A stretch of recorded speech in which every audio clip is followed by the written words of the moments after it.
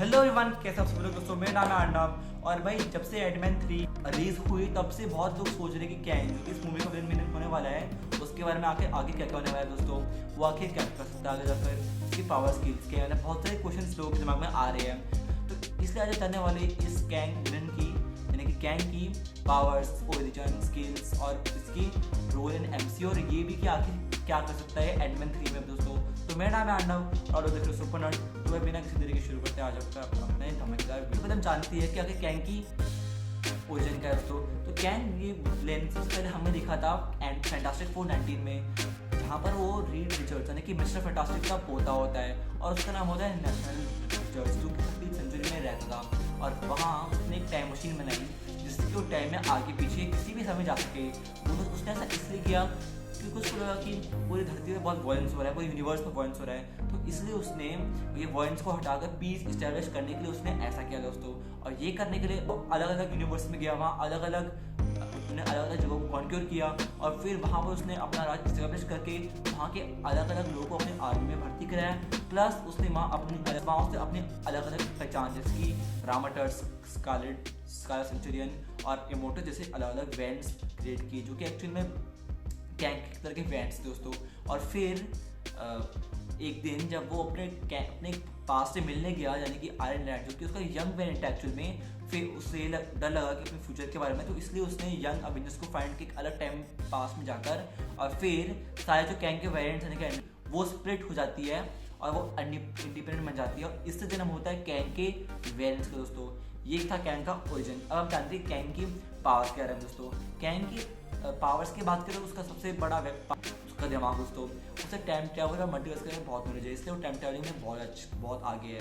पर अगर स्ट्रेंथ और स्पीड की बात करें तो इतना खास तो नहीं है, पर वो इतना स्ट्रॉन्ग है कि वो आराम से कैप्टन अमेरिका जैसे सुपर सोल्जर को आराम से हरा सकता है। और उसके और भी बहुत सारी पावर्स है दोस्तों जो कि उसे मिलती है अपने आर्मर पहन कर। जब वो अपना आर्मर पहनता है तो उसकी ड्यूरेबिलिटी और उसकी स्ट्रेंथ इनहैंस हो जाती है और उसे बहुत सारे अटैक करने के ऑप्शंस मिलते हैं, जैसे कि इलेक्ट्रिक शॉक, एंटी ग्रेविटी और टाइम ट्रैवल जैसे उसे बहुत सारे वेपन्स मिल जाते हैं दोस्तों। ये थे कैंग की थोड़ी पावर्स और एबिलिटीज़ के बारे में। अब हम जानते हैं कि कैंग का क्या रोल होने वाला है एमसीयू में दोस्तों। तो कैंग सबसे पहले हमें दिखता है लोकी में दोस्तों, जहाँ पर हमें मालूम होता है कि जब वो मर जाता है तो पूरी सेक्रेट टाइमलाइन स्प्लिट हो जाती है अलग अलग टाइमलाइंस में, जैसे कि जन्म होता है अलग अलग कैंग के इवेंट्स का, जो कि अब शुरू करने वाले मल्टीवर्स वॉर्स।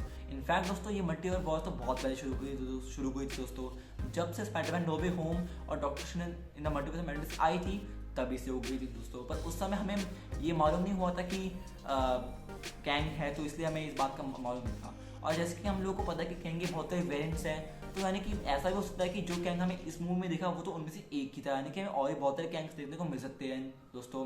अब भाई बहुत लोग सोच रहे हैं कि कौन सी मूवीज हो सकती है, तो मेरे हिसाब से मैंने रिसर्च के हिसाब से ऐसा लोग कहते हैं कि हमें कैंग, शैंग-ची 2, कैप्टन मार्वल 2 और GOT G3 में देखने को मिल सकता है। ये बस एक प्रोबेबिलिटी है, पर जो भी है। और कैंग का मेन रोल की बात करें तो कैंग फेज 4 to 6 का मेन विलन होने वाला है, बिल्कुल जैसे कि थैनोस इन्फिनिटी सागा का मेन विलन था, वैसे ही कैंग भी मल्टीवर्स विलन होने वाला है। और मल्टीवर्स सागा और बेसिकली उसका मेन प्लॉट ये है कि आखिर कैसे कैंग अपने मेन मकसद यानी कि पूरे मल्टीवर्स पर कॉन्क्योर करना उसका कैसे कर पाएगा, वैसा भी पूरा पर फोकस है दोस्तों। ये तो था कैंग का पूरा रोल। अब हम जानते हैं कि आखिर कैंग एंटमैन 3 में क्या कर सकता है दोस्तों।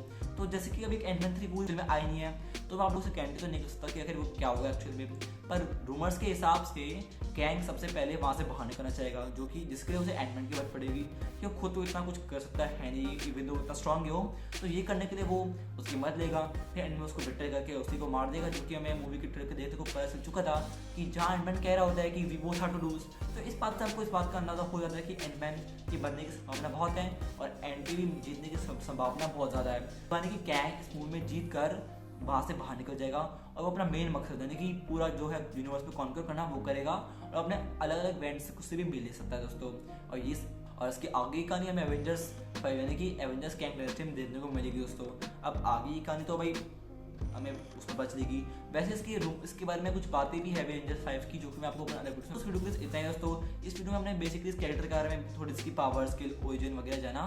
पर अभी भी भाई बहुत लोगों के सवाल है दिमाग में कि आखिर कैंग एंटमैन 3 के बाद क्या कर सकता है, क्या एंटमैन 3 थैनोस की जगह ले सकता है, एंटमैन 3 का क्या कनेक्शन है आखिर शैंग-ची की ट्रेंडिंग से, और क्या आखिर कैंग के हमें कौन से वेरिएंट्स देखने को मिल सकते हैं एमसीयू में। ये सारे क्वेश्चंस इस हम अपने अदर वीडियोस में आप लोगों को बताऊंगा दोस्तों। बस आज के लिए इतना ही था। प्लीज़ चैनल को सब्सक्राइब कर देना, वीडियो को लाइक कर देना और इस वीडियो को शेयर भी कर देना आप दोस्तों से। और प्लीज़ कमेंट बॉक्स में मेरे को बताया कीजिए कि कौन से वीडियोस मेरे को बनाना चाहिए दोस्तों। आप लोग मुझे बताते नहीं, मैंने आपको हर वीडियो में मेंशन करा है लास्ट में कि मुझे please let me know what you want, but आप लोग मुझे बताते नहीं, तो प्लीज़ इस बार बता दीजिएगा, डोंट हेजिटेट दोस्तों। आज के लिए इतना ही था। थैंक्स फॉर वॉचिंग एंड दोस्तों आई एम सुपरन, बाय।